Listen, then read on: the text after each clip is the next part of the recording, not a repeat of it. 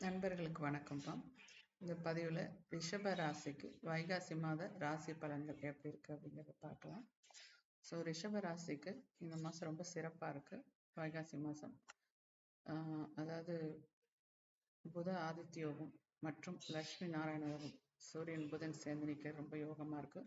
ராசியிலே சுக்கிரன் புதன் சேர்ந்து நிற்கிறது எடுத்த காரியத்தை சிறப்பாக முடிக்கக்கூடிய வெற்றி அடையக்கூடிய வாய்ப்பாக இருக்கு. சூரியன் புதன் சேர்க்கை புத்தி கூர்மை கௌரவம் சமூகத்துல ஒரு தனி அடையாளத்தை உங்களுக்கு ஏற்படுத்தி கொடுக்கும். அதே போல 11ஆம் வீட்டுல சனி ஆல்ரெடி லாபஸ்தானத்துல இருந்துட்டு இருக்காரு.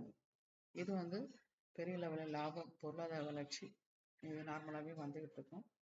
ஸோ ஜாப்ல ரொம்ப நாளாக எதிர்பார்த்துட்டு இருந்த பதவி உயர்வு அண்ட் ஊதிய உயர்வு ரெண்டுமே உங்களுக்கு கிடைக்கக்கூடிய வாய்ப்பா இருக்கு.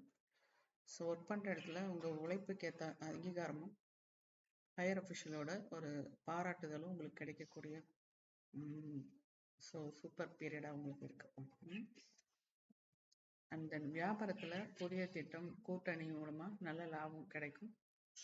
குறிப்பாக மருத்துவம் அது சார்ந்த துறையில் இருக்கவங்களுக்கு நல்ல ராசியான மருத்துவர் அந்த மாதிரி பேர்லையும் நல்ல ஒரு சப்போர்ட்டும் கிடைக்கக்கூடிய பீரியடாக இருக்கு.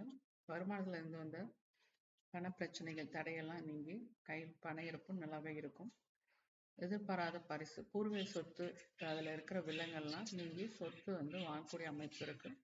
குடும்பத்துல சுப நிகழ்ச்சிகள் திருமண யோகம் போன்ற நல்ல விஷயங்கள் நடக்கக்கூடிய காலமாக இது இருக்கு.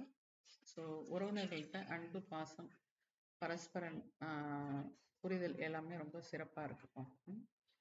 ஸோ அண்ட் தென் கவனிக்க வேண்டிய விஷயம் என்னன்னா, வரவு நிறைய இருந்தா கூட திடீர் செலவும் ஏற்படுறதுக்கு வாய்ப்பு இருக்கு. அதனால நிதி மேலாண்மை ரொம்ப முக்கியம். யாரையும் ரொம்ப சீக்கிரமா கண்மூடித்தனமா நம்பாம இருக்கிறது ரொம்ப சிறப்பு.